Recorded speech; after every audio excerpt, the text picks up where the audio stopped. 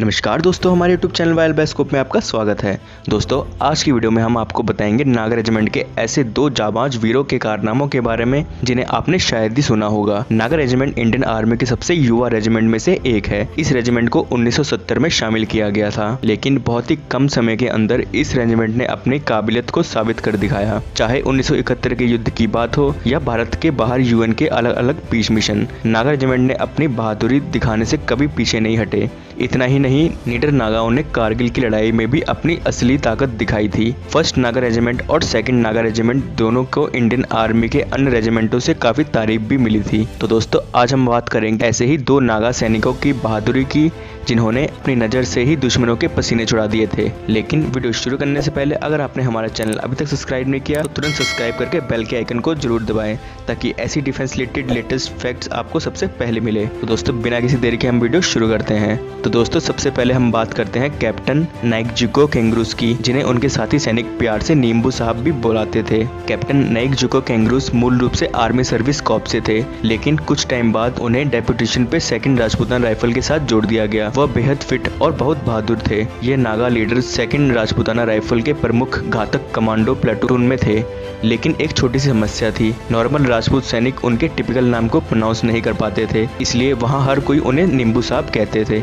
दोस्तों, मई और जून की शुरुआत में एक के बाद एक बुरी खबर आई, जिसमें पाकिस्तान द्वारा इंडियन आर्मी के सैनिकों के शहीद होने की खबर आने लगी। इसे बदलने की जरूरत थी, जिसे इंडियन आर्मी ने सेकंड राजपूताना राइफल को यह जिम्मेदारी दी। 28 जून 1999 को बहादुर नागा लीडर ने अपने घातक प्लाटून के साथ अपवर्ड मार्च शुरू किया, जिसमें ऊपर से पाकिस्तानियों द्वारा उन पर मोर्टार और हैवी मशीन गन से उन पर फायरिंग शुरू कर दी गई, जिससे उनको और उनके साथी सैनिकों को कई चोट लगी। लेकिन वो रुके नहीं, बल्कि आगे बढ़ते रहे। पर एक जगह में उन्होंने पाया कि खड़ी ढाल के कारण वो ऊपर और नहीं चढ़ सकते। तब उन्होंने 15,000 फीट से अधिक ऊंचाई और -10 डिग्री सेल्सियस पर अपने जूते फेंक दिए और नंगे पैर ही चढ़ाई चढ़ना शुरू कर दिया। Naga leader RPG rocket launcher के साथ टॉप पर पहुंच गए और अपने सैनिकों के लिए रस्सी फेंकी और दुश्मन के पोजीशन पर अकेले दम पर हासिल कर ली। उन्होंने रॉकेट लॉन्चर के साथ दुश्मन के 7 बंकरों को नष्ट कर दिया। इस दौरान वो फिर से घायल हो गए। दुश्मन के 2 सैनिक इस घायल नागा को मारने के लिए बाहर आए, लेकिन उन्होंने अकेले ही उन दुश्मन सैनिकों को अपने कमांडो चाकों के साथ मौत के घाट उतार दिया। कुछ देर बाद उनके साथी सैनिक शीर्ष पर पहुंच गए और अपना रेजिमेंटल वॉर क्राई, जो कि है राजा रामचंद्र की जय, के साथ दुश्मन सैनिक पर भयंकर हमला किया।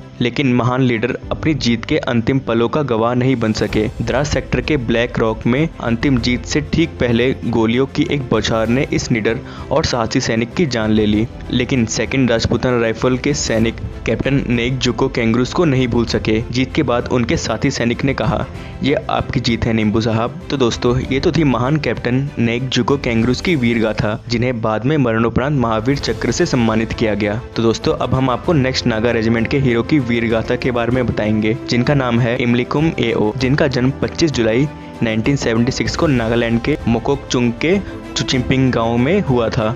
वह नागाओं की एओ जाति से है, जिसे वीरता के लिए जाना जाता है। इमलिकुम के पिता एक स्टेट गवर्नमेंट के कर्मचारी थे और उनकी माँ एक हाउसवाइफ थी। उनके 5 भाई बहन हैं। इमलिकुम अपनी 10th क्लास पास करने के बाद इंडियन आर्मी में शामिल हो गए। उनका एक भाई भी इंडियन आर्मी में ही है। दोस्तों, जुलाई का महीना था और इंडियन आर्मी द्वारा कारगिल में शुरू किया गया ऑपरेशन विजय लगभग सफल रहा था। इंडियन एयरफोर्स ने अपना ऑपरेशन सफेद सागर भी शुरू कर दिया था। दुश्मन पर लगातार बमबारी की जा रही थी। भारतीय सेना को पाकिस्तानियों को वहां से भगाना था। पाकिस्तानी प्रधानमंत्री नवाज शरीफ पाकिस्तानी सैनिक को वापस लेने के लिए राजी हो गए थे, लेकिन घुसपैठियों ने LOC के भारतीय हिस्से पर कुछ पोजीशन पर कब्जा जारी रखा, जिसमें .4875 कॉम्प्लेक्स में ट्विन बम्प भी एक ऐसी पोजीशन थी। यहाँ दुश्मन मोर्टार के साथ अपनी पोजीशन लिए बैठे थे। तब इंडियन आर्मी द्वारा सेकंड नागा रेजिमेंट को इस पोजीशन पर अपना कब्जा करने के लिए काम सौंपा गया। 8 जुलाई 1999 को दुश्मन के मोर्टार की पोजीशन से बमबारी को बेअसर करने के लिए इमलिकुम की कंपनी ने ट्विन बम्स पर हमला करने और उस पर अपना कब्जा करने के लिए आगे बढ़े। ये युवा सैनिक दिन के उजाले में दुश्मन के कैंप की रक्षा के लिए खड़े सैनिक के पास पहुंचे और उन्होंने अपनी डॉ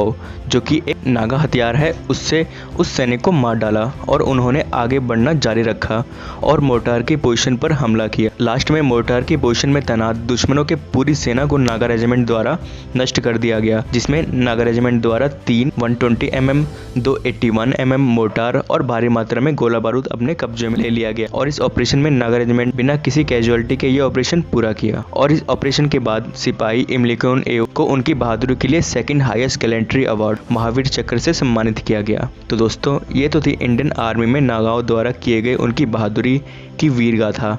आई होप आपको ये वीडियो अच्छी लगी होगी। अगर आपको ये वीडियो अच्छी लगी तो आप इसे लाइक करें, कमेंट करें और अपने दोस्तों के साथ शेयर भी करें। और अगर आपने अभी तक हमारे चैनल को सब्सक्राइब नहीं किया तो इसे सब्सक्राइब भी करें। तो दोस्तों, वीडियो पूरी देखने के लिए धन्यवाद। हम जल्द ही आपके सामने अपनी नेक्स्ट वीडियो लाएंगे। तब तक के लिए जय हिंद।